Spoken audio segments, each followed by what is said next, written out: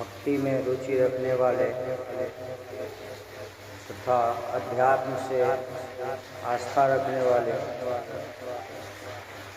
सभी धर्म प्रेमी धर्मावलंबी भाइयों बहनों माताओं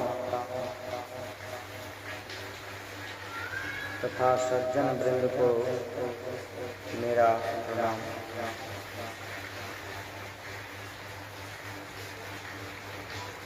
हम लोग आज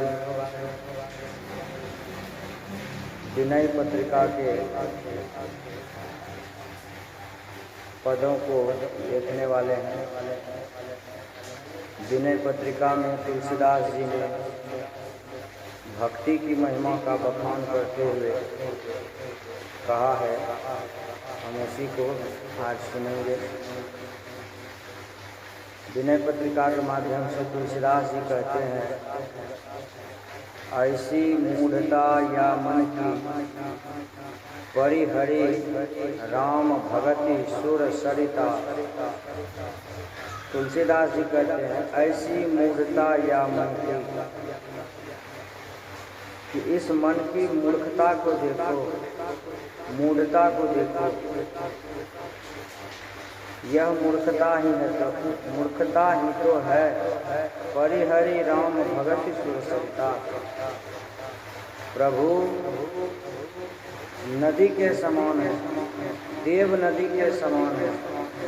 उनका जो गुणगान है वह देव नदी के समान है। लेकिन हम मनुष्य क्या कर रहे हैं? आस करत ओसन कनसी। हम लोग उस नदी के जल को छोड़ करके हम ओस की बूंदों की आशा करते हैं। कहने का तात्पर्य यहाँ तुलसीदास जी का है कि मनुष्य को सबसे महत्वपूर्ण भगवान की शरणागति होने में जो सुख है वह सुख तो और कहीं नहीं। जिस प्रकार देव नदी गंगा में स्नान करने से सारे पाप धुल जाते हैं, उसी प्रकार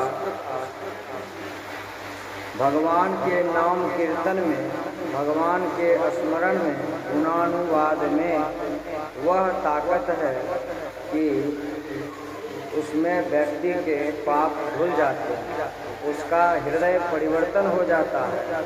ऐसे पवित्र देव नदी के समान ईश्वर के गुणों को न सुन करके हम ओस के कणों की आशा करते हैं।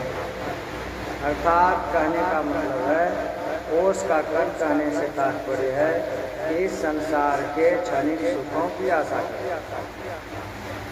जबकि हमारे भीतर ही प्रभु की उस महिमामयी गुणानुवाद करने की कला है, वह प्रभु भी हमारे भीतर हैं। ऐसे परम सुख को छोड़ करके हम दुनिया के सुख में भुलाए हुए हैं।